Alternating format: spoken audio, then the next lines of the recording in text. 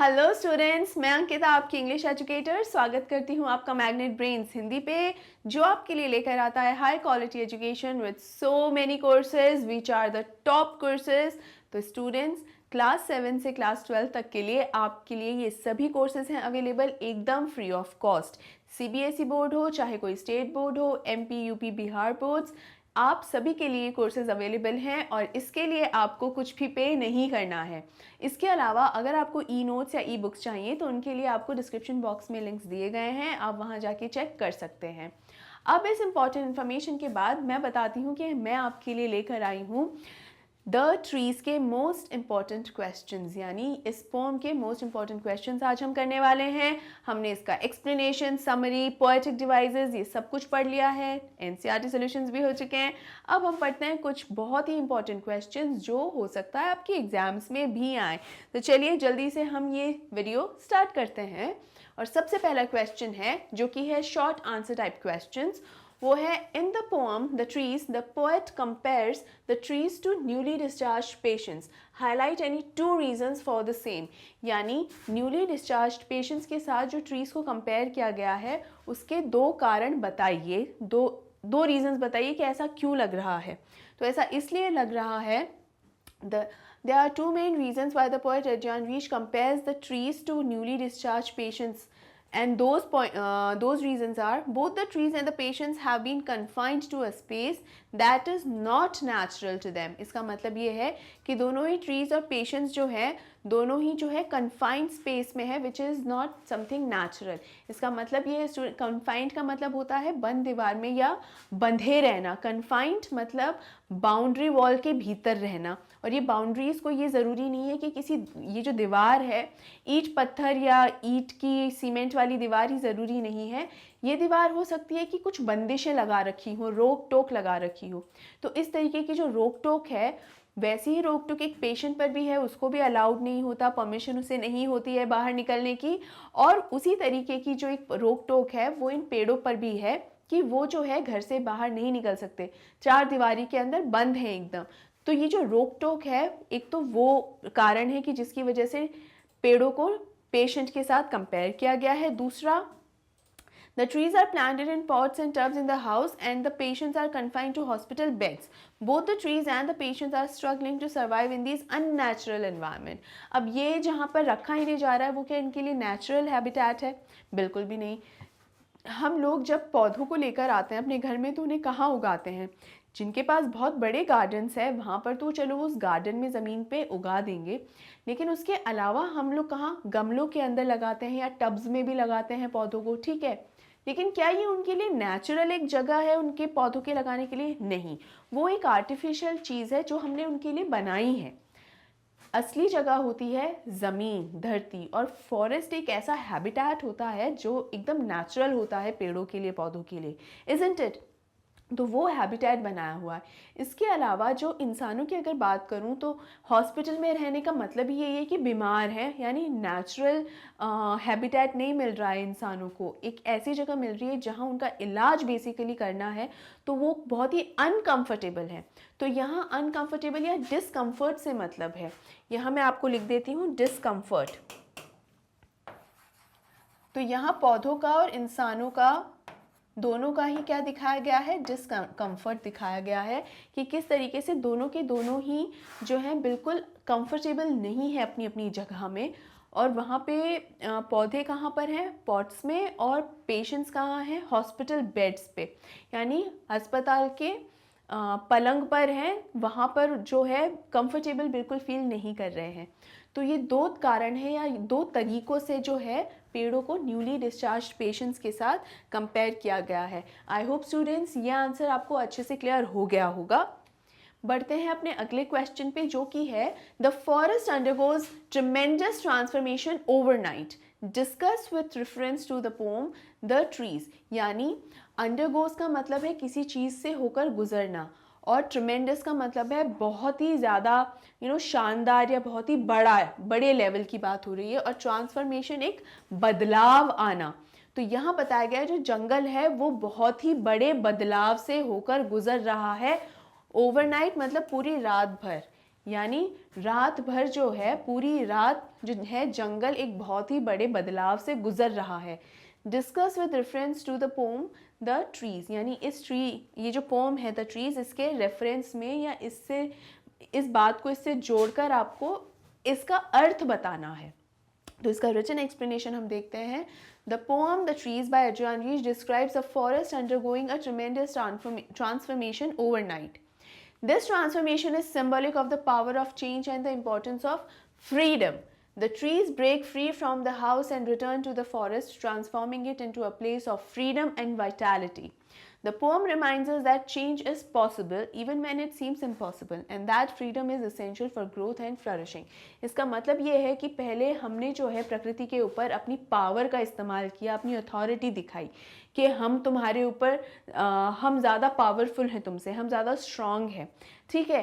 ये करके क्या किया, हमने जंगलों को खाली कर दिया और जंगलों से पौधे लाके अब हमारे घर के अंदर हमने लगा लिए हैं, ठीक है। कुछ लोगों ने बिजनेस भी शुरू कर लिया है इसका। लेकिन अब जो ये जो पावर्स जो है ना, वो this transformation is symbolic of the power of change, यानी अब ये जो पावर है, ये जो ताकत है, इसमें एक बदलाव आया है। और वो क्या है कि अब यही जो पेड़ पौधे हैं ना, वो घर से बाहर जाने के लिए तरस रहे हैं और जा भी रहे हैं। चूंकि वो बाहर जाना चाहते हैं तो वो जा रहे हैं, और चूंकि वो बाहर जा रहे हैं, ये दर्शाता है कि फ्रीडम की इम्पोर्टेंस क्या है। यानी freedom of importance of freedom क्या होता है, आज़ादी के मायने क्या हैं। यानी हर व्यक्ति, हर कोई स्वतंत्र रहना चाहता है। तो जब हम स्वतंत्र रहना चाहते हैं तो हम किसी दूसरे को अपने काबू में या किसी और को कंट्रोल करके कैसे रख सकते हैं। पौधों पर भी सेम ही नियम लागू होता है कि चाहे पौधे ही क्यों ना हो, हमें उन्हें काबू में या बंद करके नहीं रखना चाहिए कभी भी, क्योंकि इससे उनका जो नेचुरल हैबिटेट है वो ख़राब करके हम जो पौधों की जो ग्रोथ है वो ख़राब कर रहे हैं। और पौधों की ग्रोथ ख़त्म करने का मतलब है उस पूरी स्पीशी को धीरे धीरे कहीं ना कहीं ख़त्म करना, क्योंकि जो नए पौधे बनेंगे वो नए पौधे भी पहले से कमज़ोर होंगे, वो स्ट्रांग नहीं होंगे। तो अगर ये कमज़ोर होते रहे तो कमज़ोर से कमज़ोर ही जन्म लेगा। इस वजह से वो धीरे धीरे ख़त्म ही हो जाएगा। तो हमें कभी भी नेचुरल हैबिटेट पे नुकसान नहीं पहुंचाना चाहिए। तो हमें अपनी ताकत का दुरुपयोग करके कि हम चूंकि उसको काट सकते हैं पेड़ को और घर में ला सकते हैं, ये हमें नहीं करना है। बट चूंकि हमने ये किया, इसीलिए अब पेड़ क्या हो रहे हैं, बड़े होकर घर से बाहर निकलने की कोशिश कर रहे हैं, खिड़की दरवाजे तोड़ रहे हैं। इंसानों का ही नुकसान है ना उसमें, खिड़की दरवाजे दीवारें छत ये सब तोड़ तोड़ के बाहर निकल रहे हैं। तो ये कहीं ना कहीं ये दर्शाता है कि किस तरीके से ये जो पावर का जो चेंज है ना वो आ गया है। मतलब पावर, ये जो ताकत है ना जो पहले इंसानों में थी, अब वो ताकत किस में दिखाई दे रही है, पेड़ों में दिखाई दे रही है। और ये भी इससे समझ में आता है कि किस तरीके से ये पावर जो है या आज़ादी जो है हर किसी के लिए मायने रखती है, सिर्फ इंसानों के लिए ही नहीं।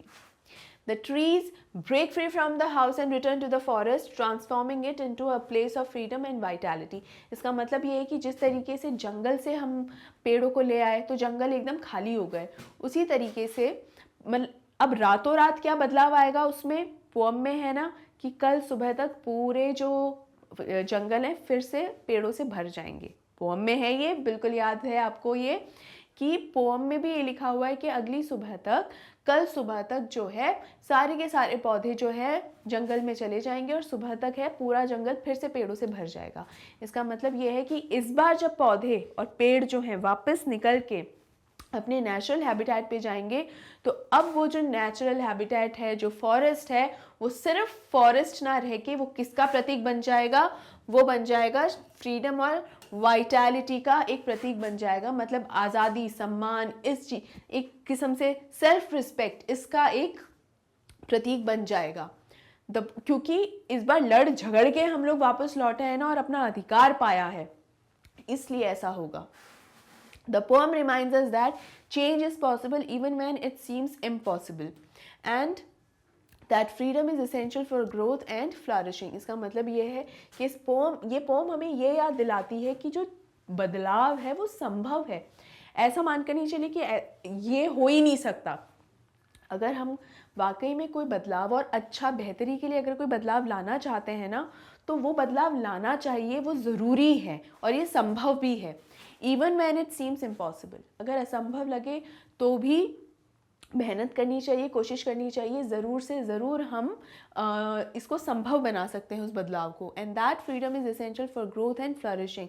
आगे बढ़ने के लिए और फ्लरिश करने के लिए और अच्छे से पनपने के लिए इस बदलाव की आवश्यकता भी है। अब इसका मतलब ये है कि हम सदियों से पौधों को घर पे ला के काट के पौधों को अपने घर पे लगाते रहे हैं, उनको काट के कभी अपनी पसंद की कोई चीज़ बनाई, अपने शौक पूरे करते रहे बेसिकली, है ना। अब हमें इस कदर आदत पड़ चुकी है कि हमारे रूटीन में ये हिस्सा आ चुका है, ठीक है।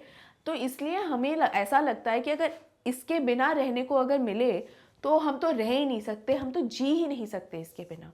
जबकि ऐसा नहीं है।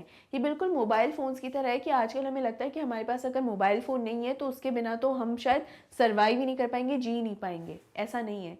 एक समय ऐसा भी था जब फ़ोन नाम की कोई चीज़ एग्जिस्ट ही नहीं करती थी, तब भी लोग जीते थे और शायद ज़्यादा खुश भी रह पाते थे।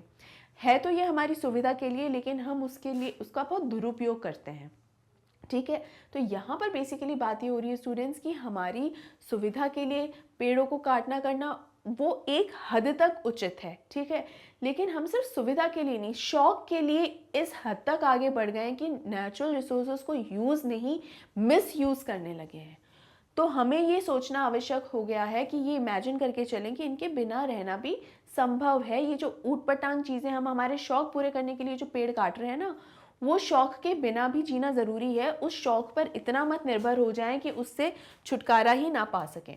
आई होप आपको ये अच्छे से क्लियर है स्टूडेंट्स। पढ़ते हैं हमारे अगले क्वेश्चन की ओर। और ये है the process of moving out was tedious for the trees, support the statement with reference to the poem. मतलब जो मूविंग आउट यानी बाहर निकलने का जो प्रोसेस है वो ट्रीज़ के लिए इतना ज़्यादा भी मतलब बहुत ही टीडियस सा टास्क है, इतना ज़्यादा मुश्किल भी नहीं है लेकिन आसान भी नहीं है, बहुत इस किस्म का टास्क है। तो इसको सपोर्ट कीजिए। तो आप आंसर रिटन एक्सप्लेनेशन इसका ये है, The process of moving out was tedious for the trees in the poem The Trees by Adrian Rich. The poet compares the trees to newly discharged patients and convalescents, suggesting that they are weak and vulnerable. The poet also describes the trees as being exposed to a harsh and unfamiliar environment and as struggling to escape from the house. These images and metaphors suggest that the process of moving out was tedious and difficult for the trees. यानी tedious और difficult, tedious का मतलब difficult भी होता है और basically बहुत uncomfortable होना वो भी होता है कि मामूली सा है लेकिन अटपटा महसूस करना उस चीज़ को लेकर। तो ये बहुत अजीब और अजीबोगरीब सिचुएशन में है पेड़ की, जब बाहर निकलना है तो वो आसान तो नहीं है, है ना। वो बहुत मुश्किल रहेगा इनके लिए, बहुत ही अजीब रहेगा कि किस तरीके से हम यहाँ से बाहर निकले, क्योंकि हमारे हाथ पैर तो है नहीं, तो हम चलकर तो जा नहीं सकते। तो हमें एक सही और उचित समय आने का इंतज़ार ही करना पड़ेगा कि कब हम उतने बड़े हो जाएं, हम उतना ग्रो कर जाएं कि हम उस दीवार तक पहुंच जाए उनको तोड़ने के लिए। अब अगर मुझे कोई दीवार तोड़नी है तो मैं तो यहाँ से वहाँ चलकर जा सकती हूँ, लेकिन एक पेड़ को तो उतना, यानी अगर मैं कहूँ कि एक पौधे को एक पेड़ बनना पड़ेगा उस दीवार तक पहुँचने के लिए, तो क्या गलत होगा? बिल्कुल नहीं। तो इसीलिए एक बहुत ही इस किस्म का एक टास्क है इनके लिए, एक मुश्किल भरा टास्क है जिसके लिए उन्हें पेशेंट रहना भी बहुत ज़रूरी है। और इसीलिए जैसे ही इतनी मेहनत के बाद जब सारे कांच शीशे दरवाजे तोड़ के वो बाहर निकलते हैं तो थोड़ी देर के लिए तो एक नए एनवायरनमेंट में जिसमें वो आते हैं तो थोड़ी देर के लिए तो उन्हें होश ही नहीं रहता। इसीलिए न्यूली डिस्चार्ज पेशेंट्स की तरह उन्हें कंपेयर किया गया है और उनको ये बताया गया है कि वो कितना वीक और वल्नरेबल हैं, क्योंकि हालांकि उन्हीं का हैबिटेट है लेकिन कितने दिनों से उन्हें इस हैबिटेट से दूर रखा गया है। तो एक अटपटा सा लगता है। जैसे पेशेंट्स होते हैं, जब उन्हें घर से हॉस्पिटल से छुट्टी मिल जाती है घर जाने के लिए, तो कुछ दिनों के लिए अटपटा लगता है ना घर लौट के, क्योंकि काफ़ी समय से घर से दूर थे। तो बहुत अच्छा भी लग रहा होता है लेकिन एडजस्ट करने में थोड़ा समय लग रहा होता है। तो उसी के बारे में स्टूडेंट्स यहाँ बताया गया है।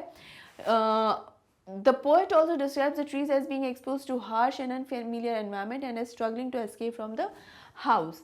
मतलब उन्हें ऐसे वातावरण में लाकर बांध दिया गया है जो उनके लिए बिल्कुल भी उचित भी नहीं, अप्रोप्रिएट भी नहीं है और बहुत ही मुश्किल भरा, जोखिम भरा है। जोखिम भरे का मतलब ये होता है कि वहाँ उनकी ग्रोथ ख़त्म हो सकती है, क्योंकि उनको वैसा हैबिटेट नहीं मिलेगा ना जिसकी उनको रिक्वायरमेंट है या आदत भी है। तो एक अनफेमिलियर, एक ऐसी जगह जो उनके लिए बिल्कुल अजीब सी, अनजान सी है, जहाँ एडजस्ट होने में उन्हें बहुत ज़्यादा समय लगता है और पूरी तरीके से फिर भी एडजस्ट नहीं हो सकते। इस चक्कर में अपने नेचुरल हैबिटेट से भी दूर हो जाते हैं कि जब वापस नेचुरल हैबिटेट में पहुंचते हैं तब भी उनको थोड़ा सा तकलीफ होती है एडजस्ट करने के लिए। ठीक है, आई होप स्टूडेंट्स आप इसका मीनिंग अच्छे से समझ गए होंगे। हमारे नेक्स्ट क्वेश्चन की तरफ बढ़ते हैं, जो कि है the poet symbolises women as forest not trees, what does this suggest. यानी फॉरेस्ट के साथ विमेन को कंपेयर किया है इस पोएम के अंदर, ट्रीज के साथ नहीं, मतलब सिर्फ एक या दो पेड़ के साथ नहीं, पूरे के पूरे जंगल के साथ विमेन को कंपेयर किया गया है इसमें एडजॉन रीच द्वारा। व्हाट डज दिस सजेस्ट, मतलब इससे क्या अर्थ निकल कर आता है। In Adrienne Rich poem the trees, the poet symbolizes women as forests not trees। यानी the trees, this suggests that women are a diverse and interconnected group essential to the health and well-being of society। इसका ये मतलब है students कि यहाँ किसी हम एक या दो औरत की बात नहीं कर रहे, हम एक कम्युनिटी को, एक समुदाय को संबोधित कर रहे हैं। यहाँ पे जंगल का मतलब यहाँ ये है, जंगल से ही सिंबलाइज किया गया है ना औरत को। तो बेसिकली किसी एक औरत को नहीं कि भाई इस लेडी को हम बारे में बात कर रहे हैं या हम इस लेडी पर्टिकुलर के बारे में बात कर रहे हैं, ऐसा नहीं है। हम जो फीमेल कम्युनिटी एक है, यानी महिला का पूरा समुदाय जो है, जितनी भी महिलाएं हैं, हम उन सबको ही संबोधित करके यहाँ पर बात कर रहे हैं। बेसिकली एडजॉन रीच बात कर रही हैं, वो कहती हैं कि किसी भी अच्छी, हेल्दी और ग्रोइंग सोसाइटी के लिए एक स्वस्थ महिला का होना बहुत ज़रूरी है, एक हेल्दी महिला का होना बहुत ज़रूरी है, क्योंकि महिला ही है जो भविष्य की पीढ़ी को जन्म देती है ना। अगर एक महिला स्वस्थ नहीं होगी या हम उसे इम्पोर्टेंस या वो सम्मान नहीं देंगे जिसकी वो हकदार है, तो उसकी जो भावी पीढ़ी जिसे वो जन्म देने वाली है, वो भी उतनी ज़्यादा स्ट्रॉन्ग नहीं बनेगी। ये बिल्कुल पेड़ की तरह है कि अगर पेड़ अपने आप में कमज़ोर है, तो जो नया पौधा उससे निकलेगा या उसके बीज से कोई नया पौधा निकलेगा, तो वो बीज इतना ज़्यादा स्ट्रॉन्ग नहीं होगा, तो उसके अंकुर भी इतने ज़्यादा स्ट्रॉन्ग नहीं होंगे, और इस तरीके से जो नया पौधा जो बनेगा वो भी उतना स्ट्रॉन्ग और हेल्दी नहीं होगा जितना होना चाहिए।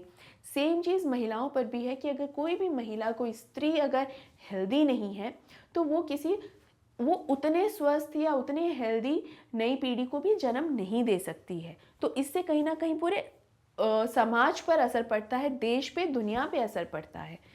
The poem reminds us of the need to protect and nurture women just as we need to protect and nurture our forests। यानी सिर्फ एक या दो पेड़ को बचाकर हम कुछ नहीं कर सकते, यानी एक महिला का ध्यान रख लिया काफ़ी है, नहीं। हमें ध्यान रखना है पूरे जंगल का, यानी महिला के पूरे समुदाय का हमें ध्यान रखना है, जंगलों को बचाना है। ये नहीं सोचना है कि हाँ एक पेड़ कट गया तो ऐसा नहीं, मतलब सिर्फ एक पेड़ की बात नहीं करनी, हमें पेड़ों को बचाना है, पूरे के पूरे जंगल को बचाना है। ये एक पेड़, दो पेड़, तीन पेड़ की गिनती कर कर आपको नहीं उसको बचा सकते हो। वो पूरा जंगल जो अपने आप में सब पेड़ों का समूह मिलके ही तो वो जंगल बनता है, इज़न्ट इट। तो इस तरीके से इस चीज़ को समझिए कि पूरे जंगल को एक तरीके से काउंट कीजिए। एक पेड़ तोड़ ले गए, दो पेड़ तोड़ ले गए, उससे कोई बात नहीं बनेगी। पूरे जंगल को जब आप ट्रीट करेंगे और ये रिस्पेक्ट करेंगे, नहीं ये पूरा जंगल हमारा है और एक है, तभी बात होगी। उसी तरीके से हर महिला का एक सम्मान होना चाहिए। और इसका ये भी मतलब है कि जैसे मेरे परिवार में अगर जितनी भी महिलाएं हैं, तो मेरा ये दायित्व बनता है कि मैं अपने परिवार की हर महिला का सम्मान करूं, और अगर कोई महिला मेरे परिवार से नहीं है उसका भी मैं सम्मान करूं। इसका ये मतलब नहीं जो मेरी फैमिली से है उसको तो मैं रिस्पेक्ट करूं और जो मेरी फैमिली से नहीं है उसे रिस्पेक्ट देने की क्या ज़रूरत, नहीं, ऐसा नहीं। हर एक फीमेल का, हर एक वुमन का जो है रिस्पेक्ट होना चाहिए। आई होप स्टूडेंट्स यहाँ तक आपको अच्छे से क्लियर है। I would also add that poet's symbolism of women as forests suggests that women are resilient and adaptable. Just as a forest can withstand a variety of challenges, women have shown themselves to be resilient in the face of oppression and adversity. इसका मतलब ये है कि जिस तरीके से जो जंगल है वो अलग अलग चीज़, जैसे यहाँ लिखा हुआ है, जिस तरह से withstand a variety of challenges, withstand का मतलब यहाँ होता है जो सामना कर सकते हैं, झेल सकते हैं। तो ये है कि बहुत अलग अलग प्रकार के जो चैलेंजेस हैं, लाइफ में समस्याएं आती हैं, तो जो फॉरेस्ट जो ये समस्याओं को झेल सकते हैं, उनका सामना कर सकते हैं, एक औरत भी अलग अलग किस्म की पीड़ाओं को सहन करती है। Women are resilient and adaptable.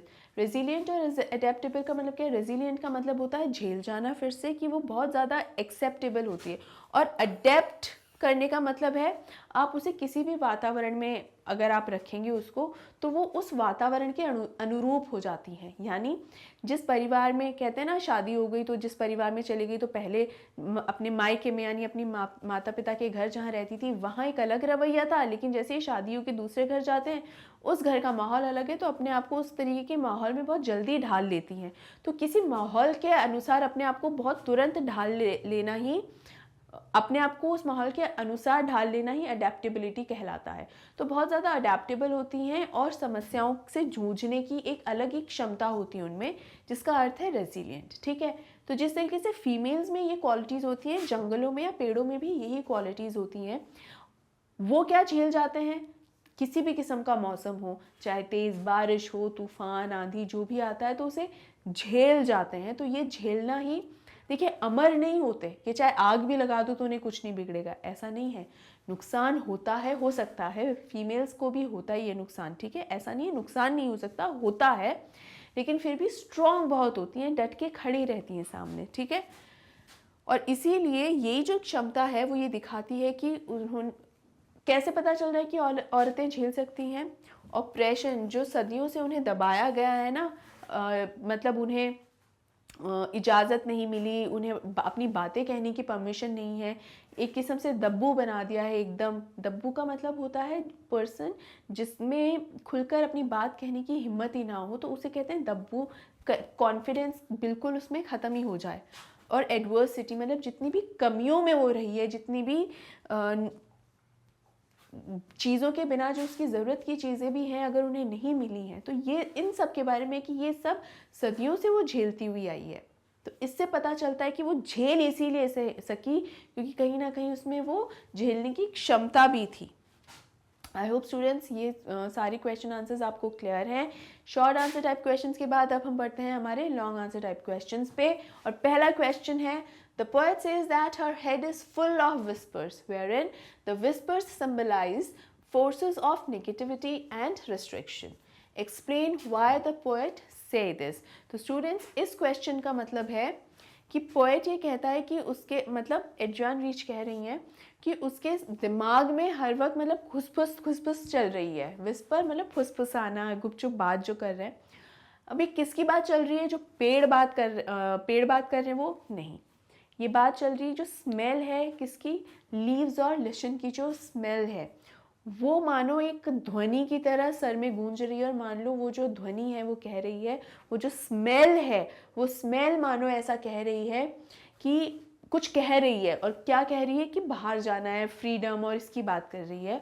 और लगातार वही बातें इस एडजॉन रीच के दिमाग में गूंज रही हैं। ये बात किसका प्रतीक है? ये जो विस्पर्स है किसका प्रतीक है? Where the whispers symbolize forces of negativity and restriction, यानी नकारात्मकता और रोक टोक का प्रतीक है ये विस्पर। भाई ये विस्पर क्यों कर रही हैं? खुलकर क्यों बात नहीं कर रही हैं? फुसफुसा इसलिए रही हैं क्योंकि कहीं ना कहीं नकारात्मकता और रोक टोक इतनी हावी हुई है कि चुप चुप कर ही बात करनी पड़ रही है। Explain why the poet says this, बताइए पोएट ने ऐसा क्यों कहा है। Explain why the poet says this, इसका यही मतलब है स्टूडेंट्स कि जिस तरीके से सदियों से महिलाओं को जो बोलने की, बात करने की इजाज़त भी नहीं है प्रॉपरली, अगर वो बाहर जाना चाहती हैं, कुछ काम करना जाना चाहती हैं, तो एक समय ऐसा था जहाँ इस चीज़ की इजाज़त ही नहीं होती थी कि वो उन्हें अलाउ ही नहीं किया जाता था कि वो बाहर जाके काम करें। इसके अलावा उससे भी पहले की अगर बात करें तो उनको तो जन्म लेने की भी इजाज़त नहीं थी कि अगर कोई लड़की घर में जन्म ले लेती है तो उसको अपशगुन माना जाता था। ये भी एक समय था, ये भी एक दौर था। आज भी कुछ इलाके ऐसे हैं जहाँ ये इस चीज़ की परमिशन ही नहीं है, या ये चीज़ कि घर में एक लड़की का पैदा होना हो पसंद ही नहीं आता है ना। तो है कुछ इलाके हैं, कुछ लोग आज भी ऐसे, उनका कुछ क्या किया जा सकता है? हो सकता है ज़रूर कोई इलाज हो कभी ना कभी, लेकिन अभी तो हम यही बात कर रहे हैं कि चूँकि एक किस्म का ये ऑपरेशन रहा हुआ, ऑप्रेशन रहा हुआ है, ये एक दबाव महिलाओं पे हमेशा से रहा है, उन्हें दबा के रखा गया है हमेशा से ही, कि उनकी इच्छाएं ही मार दी जाती हैं, ठीक है। तो ये जो बात हो रही है, इस वजह से कहीं ना कहीं जब उन्हें फ्रीडम भी मिलती है, तो ऐसा तो नहीं है ना आपको सदियों से दबा के रखा गया तो आपको फ्रीडम मिल गई तो आप बस एकदम फ्री होके, आपको मालूम है, नहीं, आप अचानक से फ्री नहीं हो पाते। आपको अचानक से समझ ही नहीं आता कि आप उस फ्रीडम का इस्तेमाल कैसे करेंगे, आप उसका उपयोग, आपको क्या करना है फ्री होके। क्यों? क्योंकि अचानक से आपने फ्रीडम का स्वाद चखा है, उससे पहले तो आपको पता भी नहीं था कि ये होती क्या है। तो ये जो पेट्रियार्कल सोसाइटी है, यानी पेट्रियार्कल सोसाइटी क्या होती है, यानी पुरुष प्रधान समाज, तो जहाँ पे पुरुषों को महत्व दिया जाता है, स्त्रियों को नहीं। ऐसे समाज में जहाँ स्त्रियाँ हमेशा से रही आई हैं, उनमें बदलाव आने में तो समय लगेगा ही ना, अचानक से तो नहीं हो जाएंगी। तो इसीलिए ये आदतें कुछ उनमें जो रहती है ना, कि फुसफुसा के बात करें धीरे धीरे ताकि किसी को सुन ना जाए, यही है इसका अर्थ। अब स्टूडेंट्स, आपको ये अगर समझ में आ गया है तो अब हम बढ़ते हैं हमारे रिटन एक्सप्लेनेशन की ओर, जो कि है in Adrian Reed's poem The Trees, the poet says that her head is full of whispers to symbolize the forces of negativity and restrictions that she experiences as a woman in a patriarchal society. यानी कहीं ना कहीं जो Adrian reach हैं, वो अपना personal experience, यानी अपना खुद का एक अनुभव किसी एक प्रकार से शेयर कर रही है, कि जो उन्हें पुरुष प्रधान समाज में जिस तरीके का एक उन्हें रोक टोक या नकारात्मकता, उन्हें जो एक्सपीरियंस या अनुभव करनी पड़ी है। These whispers may come from her own internalized self-doubt, from the expectations of others, or from the systems of oppression that surrounds her. यानी इसका ये मतलब है कि एक ये जो whispers हैं from her internalized self-doubt, यानी एक सेल्फ डाउट रहता है अपने ही मन में, खुद के प्रति हमें कहीं ना कहीं एक डाउट सा रहता है, कि एक शंका सी बनी रहती है खुद को लेकर, कि हम जो कर रहे हैं वो ठीक है क्या, गलत तो नहीं है। क्यों? क्योंकि हमें अपने खुद के फैसले लेने की तो कभी आदत ही नहीं रही है। अब जब ये अधिकार मिल रहा है या मौका मिल रहा है कि खुद से हमें फैसले लेने हैं, तो कहीं ना कहीं एक डाउट में रहते हैं कि हम जो फैसले ले रहे हैं वो सही है या नहीं। तो हर वक्त अंदर ना एक डाउट, एक शंका सी बनी रहती है। और दूसरे लोग हमसे उम्मीद करते हैं, क्यों? दे दी ना तुम्हें इजाज़त, अब जो करना है वो करो, देखते हैं क्या कर पाती हो। हमें सदियों से इजाज़त नहीं मिली, अब अचानक से एक इजाज़त मिली है, तो पता नहीं हम उस इजाज़त का, उस फ्रीडम का किस तरीके से उपयोग करें। तो हर कोई एक नज़र लगा के बैठा रहता है कि अपनी फ्रीडम का इस्तेमाल कैसे कर रही हैं, राइट।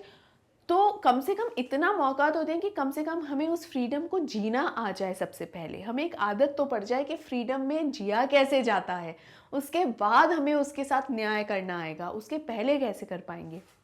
तो हमें पहले से हम सीख तो जाएं। तो बेसिकली यही बात बताई जा रही है कि ये विस्पर्स अभी भी विस्पर्स क्यों है, क्योंकि अभी भी कहीं ना कहीं मन में एक शंका सी है, अभी एक ये घबराहट सी है कि हम जो कर रहे हैं, कहीं ना कहीं लोगों की दृष्टि, लोगों की नज़र हम पर है कि हम जो कर रहे हैं वो क्या है, कैसा है। और from the systems of operation that surround her, और इसलिए भी ये फुसफुसाहट धीरे धीरे बात इसलिए भी कर रहे हैं क्योंकि अभी भी इस चीज़ की घबराहट सी है कि जो चारों तरफ ये जो सामाजिक, ये जो सिस्टम एक बना हुआ है ना, जो पुरानी प्रथाएं चली आ रही हैं, जिसने सदियों से हम लोगों को दबा के रखा है, सदियों से जिसने हमें घेर के रखा है कि ये करना ठीक है, ये करना ठीक नहीं, स्त्रियों के लिए ये सही नहीं, वो उचित नहीं, सदियों से जिससे हम घिरी आई हैं ना, उस सिस्टम के चक्कर में कहीं ना कहीं हमें एक मन ही मन एक घबराहट सी होती है, और इसीलिए हम ये फुसफुसाकर बात कर रहे हैं।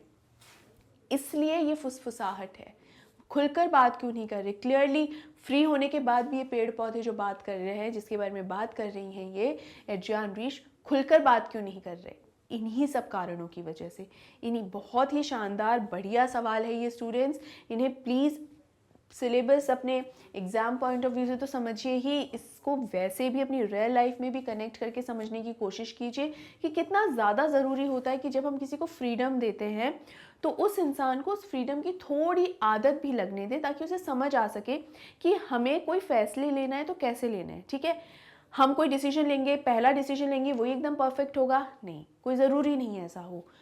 डिसीजन सही डिसीजन लेना आना भी एक आर्ट है, एक कला है, और वो हमें तब आती है जब धीरे धीरे हमें चीज़ों का अनुभव होता है। और हमें तो आज़ादी का, फ्रीडम का अनुभव है ही नहीं यहाँ हम कौन है? स्त्रियाँ। तो हर वो स्त्री जिसे आज़ादी का अनुभव ही नहीं है, फैसले लेने का अनुभव ही नहीं है, उसे सीखने का समय तो दे, है ना? The poet suggests that these whispers are constantly trying to silence her and to prevent her from reaching her full potential. यानी इसका मतलब ये है कि ये जो whispers है ना कहीं ये भी दर्शाती हैं कि एक साइलेंस हम हमेशा से जो एक चुप्पी साधी हुई है औरतों ने, क्योंकि बोलने की तो इतनी इजाज़त है ही नहीं ना, बोलने तो दिया ही नहीं जाता इतना। तो ये जो है वो कहीं ना कहीं उनमें जो एक फुल उनका जो पोटेंशियल है, जो क्षमता है, वो अपना 100% क्षमता तक इस्तेमाल नहीं कर पा रही हैं, और जो वो कर सकती हैं अपना 100% उसमें नहीं दे पा रही हैं। क्यों? क्योंकि जैसे ही उनमें ये एक मोटिवेशन आता है, एक एनकरेजमेंट आता है कि हाँ मैं कुछ कर दिखाऊंगी, हाँ मैं अच्छे से पढ़ाई करूंगी, हाँ मैं इस क्षेत्र में आगे बढ़ूंगी, लेकिन जैसे ही मोटिवेशन आता है कहीं ना कहीं दिमाग में बातें आने लग जाती हैं। कौन सी बातें? वो सारी बातें कि किस तरीके से हमें रोका जाता रहा है, टोका जाता रहा है, और एक सेल्फ डाउट कि मैं जिस क्षेत्र में इतना आगे बढ़ना चाहती हूँ क्या मैं ये सही कर रही हूँ, कहीं मैं गलत तो नहीं कर रही। ये सारी शंकाएं, ये सारा जो एक दबदबा रहा हुआ है पुरुष प्रधान समाज का, वो सब हमारे आगे आके खड़ा हो जाता है, और इसीलिए कहीं ना कहीं ये कारण है कि हम हमारी पूरी क्षमता से जो आगे बढ़ना चाहिए, हम हमारी पूरी क्षमता से आगे नहीं बढ़ पाते। आई होप स्टूडेंट्स यहाँ तक आपको ये आंसर अच्छे से क्लियर है। However, the poet also suggests that she is resisting these whispers and that she is determined to find her own voice. हालांकि यहाँ पर पोएट ये भी कह रही हैं और ये बताना चाह रही हैं कि ये जो विस्पर्स है ना, इससे हम बाहर निकलेंगे। हाँ, आज ये विस्पर्स हैं, आज हम फुसफुसा के धीमी आवाज़ में बात कर रहे हैं कि कहीं कोई सुन ना ले, लेकिन धीरे धीरे धीरे हमें इस फ्रीडम की जब आदत पड़ जाएगी ना, तो हम इस चीज़ को लेकर हमारे अंदर एक दृढ़ निश्चय है कि हम आगे बढ़ेंगे और हम हमारी खुद की आवाज़ ढूंढ लेंगे। खुद की आवाज़ ढूंढ लेने का मतलब यहाँ पर है हमारा एक ओपिनियन, हमारी एक सोच, हमारी विचारधारा। आज तक हमारी विचारधाराओं पे बाकियों ने राज किया, उन्होंने जो कहा हमने कर लिया, लेकिन अब उन्होंने जो कहा वो हम नहीं, हम हमारी विचारधाराओं के अनुसार काम करेंगे, हम हमारे फैसले लेंगे। तो इस बारे में ये बात बताई जा रही है यहाँ पर। The poem is a powerful reminder of the challenges that women face in a patriarchal society. इस पोम के द्वारा ये बहुत ही स्ट्रॉन्ग रिमाइंडर है, मतलब ये याद दिलाया जा रहा है बहुत ही बढ़िया तरीके से कि कौन कौन से वो चैलेंजेस हैं जो एक महिला को पुरुष प्रधान समाज में झेलने पड़ते हैं, वो समस्याएं जिनका सामना करना पड़ता है एक महिलाओं को। It is also a reminder of the importance of resisting these challenges and finding our own voices.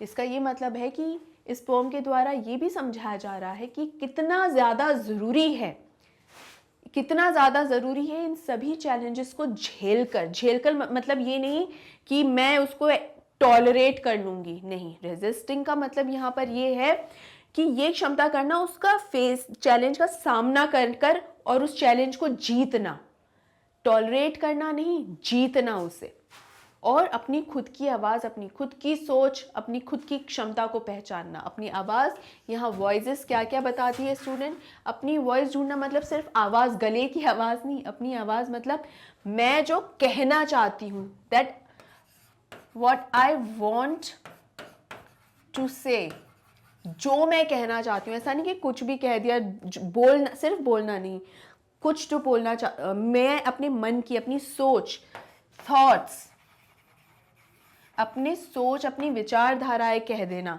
अपने ओपिनियंस बताना, ठीक है। तो यहाँ पर ये वॉइसेस का मतलब है ये सब कुछ, ठीक है। अपने ख्याल, अपनी थिंकिंग, अपना point of view, perspective, thoughts, ये सब कुछ जो है ये है वॉइसेस, ठीक है। तो यहाँ पर आई होप स्टूडेंट्स ये आंसर जो है आपको अच्छे से समझ में आ गया होगा। बढ़ते हैं अपने अगले क्वेश्चन की ओर, जो कि है Change never comes easy. Justify the quote in the context of the poem The Trees.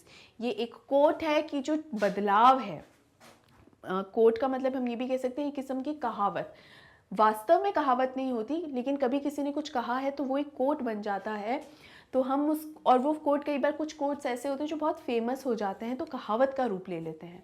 तो चेंज नेवर कम्स ईजी, यानी बदलाव आसानी से नहीं आता, बदलाव बिल्कुल आसानी से नहीं आता, मेहनत लगती है। यानी अगर आपको कुछ अच्छा बदलाव करना है खराब बदलाव तो शायद 1 मिनट में आ जाए, उसमें शायद जोर ही ना आए, लेकिन अगर आपको कुछ बेहतरी के लिए बदलाव लाना है तो उसमें समय लगता है, वो आसान नहीं होता, मुश्किल होता है, क्योंकि बहुत सारी चीज़ों का आपको सामना करना पड़ता है।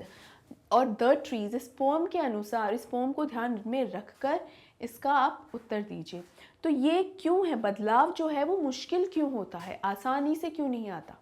मुश्किल इसलिए होता है स्टूडेंट्स, क्योंकि सबसे पहले तो जो सदियों से कोई प्रथा चली आ रही है, कोई नियम लागू हुआ है, तो हर व्यक्ति को उसकी एक आदत लग जाती है, और आदत लगने के बाद हमें ये एहसास होने लगता है कि ये ही सही है। यानी सदियों से कुछ चला आया हुआ है तो हमें उसकी आदत लग गई, और चूंकि हमें आदत लग गई है इसलिए हमें लगता है कि यही सही है। फिर अचानक से कोई आता है और कहता है नहीं ये तो सही नहीं है, ये तो गलत है। तो ये तो गलत है, ये बताने के लिए इस चीज़ को प्रूफ करना पड़ता है कि ये जो हम सदियों से करते आ रहे हैं ना वो तो गलत है। अब ये कन्विंस करना आसान नहीं है ना। ये कैसे कन्विंस करेंगे आप सबको कि तुम जो सदियों से, बरसों से जिस चीज़ को मानते आए हो वो तो गलत है। हमारा जो कॉन्शियसनेस एक होती है ना, कॉन्शियसनेस, वो हमारे जो आत्मा होती है वो हमें कभी भी मानने, स्वीकार करने नहीं देती उस चीज़ को, और इसीलिए इतना ज़्यादा मुश्किल है कोई बदलाव लेकर आना। इसीलिए मेहनत करनी पड़ती है, लगातार एक स्ट्रगल चलती रहती है, तो इसीलिए ये मुश्किल है। और ट्रीज़ के मामले में कैसे कंपेयर किया गया है फीमेल्स के बारे में, या ट्रीज़ को ही अपन अगर ले लें तो, और तो जैसे पर्दा प्रथा थी एक समय, धीरे धीरे उस पर्दा प्रथा को बहिष्कार किया गया, उसका रोका गया, ठीक है। पर्दा प्रथा के अलावा और कौन कौन सी प्रथा रही? सती प्रथा रही। सती प्रथा बहुत लंबे समय तक रही स्टूडेंट्स। क्या सही है किसी को जला के मार देना? ये तो कहीं ना कहीं देखा जाए तो एक किस्म से मर्डर है, लेकिन बहुत लंबे समय तक ये चलती रही, तो कहीं ना कहीं लोगों को, इनफैक्ट खुद स्त्रियों को, औरतों को ही लगने लग गया कि ये सही है, कि ये तो होता ही है। जैसे हम ब्रश करते हैं तो हमारे दिमाग में ना, हाँ ब्रश तो करना होता ही है, उसमें ज़्यादा दिमाग नहीं लगाते, वैसे ही सती प्रथा भी हो गई कि हाँ ये तो होता ही है, सती प्रथा तो होती ही है। तो ये जब अगर लगातार ऐसे चलने लग जाती है ना कोई चीज़ें, फिर अचानक से कोई आता है नहीं सती प्रथा गलत है, ये तो कहीं ना कहीं एक किस्म से मर्डर है, आप किसी को की हत्या कैसे कर सकते हैं, किसी को जिंदा, किसी निर्दोष को जिंदा कैसे जला सकते हैं। तो कितना समय, कितना मुश्किल रहा था इस प्रथा को हटाना। लेकिन आज क्या किसी से भी हम पूछेंगे, चाहे स्त्री हो या पुरुष, अगर हम पूछें कि जो ये सती प्रथा है वो क्या सही थी, तो हर कोई कहेगा नहीं। इसलिए गलत के खिलाफ जब भी हमें कोई कदम उठाना होता है तो वो आसान नहीं होता, बहुत मुश्किल होता है, और उसके साथ डट के खड़े रहना पड़ता है। तो यही मीनिंग है स्टूडेंट्स की, ज़रूर इस चीज़ को समझें और अंडरस्टैंड करें, सही और गलत में डिफरेंस करना सीखें। और यही द ट्रीज़ में बताया गया है कि वुमेन का बाहर निकलना गलत नहीं है। बाकी लोगों को, पुरुषों को भी इस चीज़ की आदत पड़ने दो ना कि हाँ अगर रात में अगर 2 बजे भी कोई महिला रोड पर है तो ये नॉर्मल है, उसको देखकर ताज्जुब नहीं कि इतनी लेट, नुकसान हो सकता है या अनसेफ है। हाँ अनसेफ है, मैं भी जानती हूँ अनसेफ है, आप भी जानते हो अनसेफ है, लेकिन हम क्यों जानते हैं कि अनसेफ है, हमें क्यों बताया गया है, या क्यों इस तरीके का माहौल हुआ है कि अनसेफ है? बेसिकली हमारी क्योंकि थिंकिंग वैसी हो गई है। इस चीज़ को हमें नॉर्मलाइज करने की ज़रूरत है, साधारण या आम बनाने की ज़रूरत है कि बिल्कुल साधारण बात है। जिस तरीके से आजकल धीरे धीरे हो गया है ना, महिलाओं का बाहर करना, काम करना बिल्कुल सही है, कि बाहर जाके काम अगर कर रही है बिल्कुल ठीक है। जैसे ये बात नॉर्मल हो गई है ना, धीरे धीरे ये भी नॉर्मल होना चाहिए कि हाँ अगर कई बार देर से भी काम करना पड़ रहा है तो कोई दिक्कत नहीं, तो होता ही है ना। ये होना बहुत आवश्यक है ताकि लोगों को इस चीज़ की एक आदत पड़ जाए, ये आदत हो जाना बहुत ज़रूरी है। ठीक है, चलिए इसका रिटन एक्सप्लेनेशन देखते हैं। आई होप स्टूडेंट्स मैं जो आपको समझाना चाह रही हूँ वो आपको अंडरस्टैंड हो रहा होगा। The quote, "Change never comes easy," is justified in the context of the poem The Trees by Adrian Rich. The poem describes the process of moving trees out of a house and into the forest, which is symbolic of the challenges that people face when trying to achieve freedom and liberation. जब भी कोई इंसान को freedom और and liberation का क्या मतलब है, आज़ादी और एकदम खुलापन ये जो चाहिए होता है। लिबरेशन का मतलब ये होता है लिबर्टी, या लिबर्टी का मतलब है आज़ादी ही होती है। ठीक है, तो यही है कि जिस तरीके से लोगों को मेहनत करनी पड़ती है ना आज़ादी पाने के लिए, ट्रीज़ को भी मेहनत करनी पड़ रही है उस घर से बाहर निकलने के लिए। The trees in the poem are reluctant to leave the house because they are afraid of the unknown and the pain of change. However, they eventually realize that they must leave the house in order to thrive. The poem suggests that change is often difficult and painful, but it is also necessary for growth and transformation. The trees in the poem learn that change is not easy, but it is worth it. इसका मतलब ये है कि जो पेड़ हैं उनके लिए भी घर से बाहर निकलना आसान नहीं, और ऐसा नहीं कि जैसे ही उन्हें घर के अंदर लेकर आए अगले ही सेकंड वो बस बाहर निकलने के लिए तैयार हो गए, मैं तो भागूंगा अब यहाँ से, यहाँ नहीं रहना। नहीं, बेसिकली जब घर के अंदर है पेड़ तो उन्हें कहीं ना कहीं बाहर निकलने के लिए डर लग रहा है, जैसे स्त्रियों को लगता है कि नहीं पता नहीं क्या हो जाएगा, अगर मैंने ये किया तो पता नहीं क्या हो जाएगा, वैसे पेड़ों को भी लगता है कि मैं सिंबलाइज के हिसाब से बताया जा रहा है, एक प्रतीक के रूप में बताया जा रहा है कि उन्हें भी डर लगता है कि पता नहीं क्या हो जाएगा, मैं बाहर चला जाऊँ, कहीं मुझे मेरा जो मालिक है जिसने मुझे, यानी जो माली है जिसने मुझे यहाँ पर लगाया है, माली का मतलब ये जॉब वाले के हिसाब से ही नहीं, माली ये भी कि जिसने मुझे यहाँ लगाया है, ठीक है, जो बागबान है ना, जो ध्यान रखता है बागीचे का। तो बेसिकली वो भी बताया जा रहा है, समझाया जा रहा है कि जिस तरीके से यहाँ पे जो मेरी देखभाल कर रहा है कहीं वो मुझे काट ही ना दे, कि मैं बाहर जाने की कोशिश कर रहा हूँ तो कहीं मुझे मार ना दे, तो ये डर लगता है। तो ये आसान नहीं होता, लेकिन फिर भी रिस्क तो लेनी पड़ती है। अगर आज़ादी चाहिए, कहते हैं ना नो लंच इज़ फ्री, खाना कभी कोई भी चीज़ मुफ्त में नहीं मिलती, फ्री नहीं होती, आपको उसके लिए कोई ना कोई कीमत चुकानी पड़ती है, फिर वो कीमत चाहे मेहनत हो या कुछ और। तो यहाँ पर ये है, जैसे अच्छे मार्क्स भी फ्री में नहीं, आराम से नहीं मिलते ना, मेहनत करनी पड़ेगी ना आपको, उसके लिए पढ़ना पड़ेगा। तो यहाँ पर यही है कि अगर आपको फ्रीडम चाहिए, अगर आप ग्रो करना चाहते हो तो आपको रिस्क लेना पड़ेगा, मेहनत करनी पड़ेगी और चैलेंजेस को फेस करना ही पड़ेगा, तभी आप ग्रो कर सकते हैं। और इट इज़ वर्थ इट, मतलब ये बिल्कुल इस लायक है, ये रिस्क उठाने लायक है ये चीज़, कि आपको इसके बदले क्या मिलेगी, फ्रीडम। आई होप स्टूडेंट वो क्वेश्चन का आंसर आपको अच्छे से समझ में आ गया है। हम बढ़ते हैं हमारे क्वेश्चन नंबर 3 की ओर, जो कि है the poet uses trees as a symbol for women breaking patriarchal notions, do you agree, why और वाई नॉट। इसका मतलब है ट्रीज एक सिंबल की तरह है, जो विमेन जो पेट्रियार्कल नोशंस वो होते हैं जो पुरुष प्रधान समाज में एक जो धारणाएं बनाई गई हैं कि क्या स्त्रियों के लिए क्या सही है या क्या गलत, या पुरुष प्रधान समाज ही होना चाहिए, इस तरीके की जो धारणाएं बनाई गई हैं ना, उस हिसाब से स्त्रियों को दिखाया गया है यहाँ पे कि औरतें जो हैं इन नोशंस को, इन धारणाओं को तोड़ रही हैं इस पोएम के आधार पे। क्या आप इससे अग्री करते हैं, या क्या आप इस बात से को स्वीकार करते हैं? अगर करते हैं तो क्यों, और अगर नहीं करते हैं तो क्यों? मतलब आप क्या अग्री करते हैं, क्या आप सहमत हैं इस बात से? अगर सहमत है तो क्यों है, सहमत नहीं है तो क्यों नहीं है? I agree with the poet's use of trees as a symbol for women breaking patriarchal notions. Trees are often seen as symbols of strength, resilience and growth as well as femininity and fertility. इसका ये मतलब है कि जो औरत, ये जो बात कही गई ना, सबसे पहले तो ये कि हाँ हम लोग इससे सहमत रखते हैं, बिल्कुल सहमत हैं कि हाँ एक औरत के रूप में जो पेड़ों को दिखाया गया है ना, एक ऐसी औरत जो समाज के हर बंधन को तोड़ रही है, उन प्रथाओं को तोड़ रही है जो कि गलत है। ट्रीज़ के माध्यम से जो दिखाया गया है वो बिल्कुल सही है, उचित है, और हम अग्री करते हैं, सहमत हैं।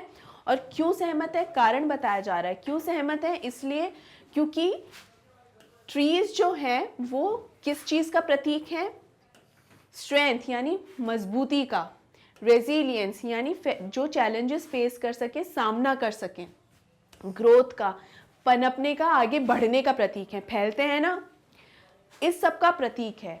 उसी प्रकार प्रतीक है जिस प्रकार एक महिला फेमिनिटी और फर्टिलिटी का प्रतीक है। फेमिनिटी और फर्टिलिटी मतलब फेमिनिटी बेसिकली फीमेल्स को दर्शाने के लिए कहा जाता है, औरतों को ही दर्शाने के लिए कहा जाता है कि वो खूबसूरत भी होती हैं लेकिन स्ट्रॉन्ग भी होती हैं, चैलेंजेस फेस कर सकती हैं और ग्रो कर सकती हैं। यहाँ ग्रो करने का मतलब है बहुत आगे तक बढ़ सकती हैं।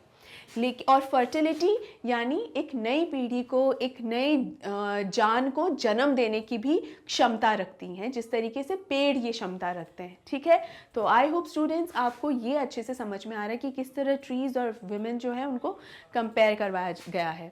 Then comes in the context of the poem, the trees can be seen as representing women who are breaking free from the constraints of the patriarchy, a system of oppression that gives power to men and devalues women. यानी इस poem, अगर इस poem के हिसाब से बात करें तो जो ट्रीज़ हैं वो औरतों को किस तरह से और दर्शाता है, जो पेट्रार्की के सारे कॉन्स्ट्रेंट्स तोड़ रही हैं, यानी वही पुरुष प्रधान समाज जो है उसके सारे बंधन, कॉन्स्ट्रेंट्स मतलब रिस्ट्रिक्शंस, या वही सारे बंधन तोड़ रही हैं जो पुरुष प्रधान समाज में लगा दिए गए हैं और जो बेमतलब के हैं, उचित नहीं है।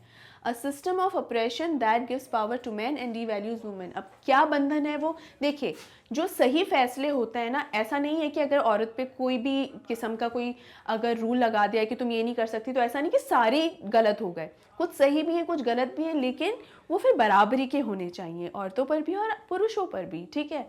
अब यहाँ बात ये हो रही है कि यहाँ कौन सा वो कॉन्स्ट्रेंट तोड़ रही हैं कि औरतों को दबा के रखा जाए, उन्हें उनकी सोच बयां करने का मौका ना दिया जाए, उन्हें आगे बढ़ने का मौका ना दिया जाए। इस तरीके के बंधन को तोड़ने वाला जो एक इस तरीके का जो बंधन है ना, और वो बंधन जो पुरुषों को तो पावर देता है, पुरुषों को तो ताकत देता है और औरतों की कीमत घटाता है, उनकी एक कोई वर्थ ही, उनकी डी वैल्यू करता है उन्हें, मतलब औरतों का सम्मान ना करके औरतों के सम्मान के अंदर कहीं ना कहीं कमी लेकर आता है। इस तरीके के कॉन्स्ट्रेंट्स को तोड़ते हुए दिखाया गया है ट्रीज के द्वारा इस पोएम में। आई होप स्टूडेंट्स ये आपको अच्छे से समझ में आ गया होगा। The poem describes the trees as being moved out of the house and into the forest, which can be seen as a metaphor for women breaking free from the confines of the patriarchy and finding their own place in the world. का ये मतलब है कि जिस तरीके से पेड़ घरों के बाहर निकल रहे हैं, उसी प्रकार जो औरतें हैं वो भी घरों के बाहर निकल के इस दुनिया में अपनी एक जगह, एक मुकाम बनाने की कोशिश कर रही हैं। The forest can be seen as a place of freedom, यानी यहाँ पर जो फॉरेस्ट है ना वो आज़ादी को सिंबलाइज करता है, यानी एक ऐसी जगह है जहाँ आज़ादी है। And liberation where the trees can grow and flourish, मतलब फॉरेस्ट एक ऐसी जगह है जहाँ पेड़ अगर जाए तो वहाँ वो और ज़्यादा पनपते हैं और ज़्यादा बढ़ते हैं। इसका मतलब फॉरेस्ट क्या हो गया, एक ऐसी जगह जहाँ पर आज़ादी मिल जाती है। Overall, I believe that the poet's use of trees as a symbol for women breaking patriarchal notions is very effective, as the trees are a powerful symbol of resilience, growth and transformation. इसका ये मतलब है कि बिल्कुल इस बात से हम अग्री करते हैं कि जिस तरीके से औरतों को और वुमेन को कंपेयर किया गया है इस पोएम में, वो बिल्कुल उचित है। जिस तरीके से पेड़ सारे तरीके से हर एक बंधन तोड़कर बाहर निकल रहे हैं, फॉरेस्ट की तरफ जा रहे हैं, अपनी आज़ादी की तरफ, लिबरेशन की तरफ जा रहे हैं, औरतें भी वो पेट्रियार्कल नोशंस तोड़कर बाहर निकल रही हैं जो कि बेमतलब के हैं और गलत है, और जो औरत को और ज़्यादा डी वैल्यू करते हैं, उनकी जो एक सम्मान है उन्हें घटाते हैं। ठीक है, आई होप स्टूडेंट्स ये अच्छे से क्लियर हो गया होगा आपको। और यहाँ पर हमारा ये मोस्ट इंपॉर्टेंट क्वेश्चंस का वीडियो जो है वो एंड होता है। होपफुली आपको सभी क्वेश्चंस, उनके आंसर्स अच्छे से समझ में आ गए हों। अगर कहीं पर आपको कोई भी डाउट है, हमेशा की तरह आप कमेंट सेक्शन में कमेंट करके पूछ सकते हैं। और अब आपको इस वीडियो को लाइक तो करना ही करना है, ज़्यादा से ज़्यादा शेयर भी करना है स्टूडेंट्स। और अगर मैग्नेट ब्रेन्स हिंदी को अभी तक सब्सक्राइब नहीं किया है तो ज़रूर से ज़रूर सब्सक्राइब कीजिए, क्योंकि यहाँ आपको मिलता है with high quality education all these top courses from class 7 to class 12। आपको ये सभी बोर्ड, सभी कोर्सेज यहाँ पर आपके लिए अवेलेबल है। That is absolutely free of cost, मतलब आपको उसके लिए कुछ भी पे नहीं करना है। तो ये बहुत ही अमेजिंग अपॉर्चुनिटी है जिसका फ़ायदा आपको ज़रूर से ज़रूर उठाना चाहिए। इसके अलावा अगर आपको ई नोट्स या ई बुक्स चाहिए तो आप डिस्क्रिप्शन बॉक्स में उनके लिंक्स पा सकते हैं, वहाँ पर आपको लिंक्स दिए गए हैं, ज़रूर चेक कर लीजिएगा। इसके अलावा www.magnetbrains.com पर भी आपको सारे चैनल के सभी वीडियोस जो हैं वो इजीली मिल जाएंगे। और आप चैनल से जुड़ी लेटेस्ट अपडेट्स के लिए फॉलो कर सकते हैं हमें इंस्टाग्राम, टेलीग्राम, फेसबुक और ट्विटर पे। अब स्टूडेंट्स, जैसा कि मैंने कहा, इस वीडियो को लाइक करना है, ज़्यादा से ज़्यादा शेयर करना है, साथ में अपनी तैयारी बिल्कुल एकदम पक्की रखनी है, अपना ध्यान रखना है। Take care, see you soon and thank you so much.